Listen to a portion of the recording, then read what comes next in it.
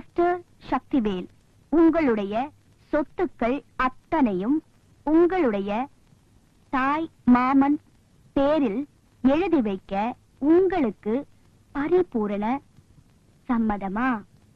இங்க 4 ஆம்பளைங்க 4 வாரமா என்ன இந்த வீட்டுக்குள்ள லாக்ல வச்சிருக்காங்க. லாக் புரியல? மறுபடியும் சொல்றேன், இங்க அவங்க ஜெயில்ல வச்சிருக்காங்க. இந்த விஷயத்தை நீங்க புத்திசாலித்தனமா போலீஸ்ல விளக்கி எப்படி என்ன காப்பாத்த போறீங்கன்னு சொல்லுங்க சொல்லுங்க. Shut up. ஏன் அவர் என்ன சொல்றாரு? என்ன சார் இது? இவர் இப்படி எல்லாம் கேட்பாருன்னு தெரிஞ்சிருந்தா நான் வந்திருக்கவே மாட்டேன். நீங்க கோவப்படுற அளவுக்கு அப்படி என்னதாமா சொல்லிட்டாரு? பக்கத்துல இருக்கிற நீங்க என்ன 4 வருஷமா வச்சிட்டு இருக்கீங்களா?